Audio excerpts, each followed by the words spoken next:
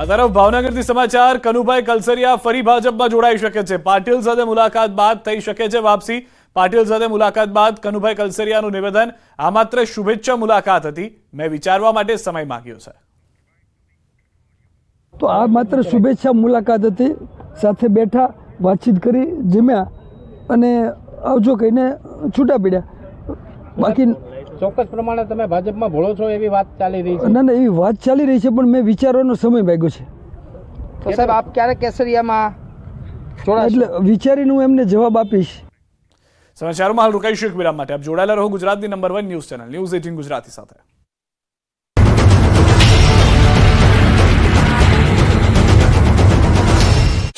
દરેક સુરતમાં તબીબ પ્રિસ્ક્રિપ્શન વિના નશાકારક દવા અને ગર્ભપાતની ગોળીઓ વેચાણ કરતા સ્ટોર પર એસઓજી અને સુરત પોલીસના દરોડામાં સંજીનગર ઝુંપડપટ્ટી પાસે હરિઓમ મેડિકલ સ્ટોરમાંથી 15,000થી વધુનો મુદ્દામાલ જપ્ત કરાયો।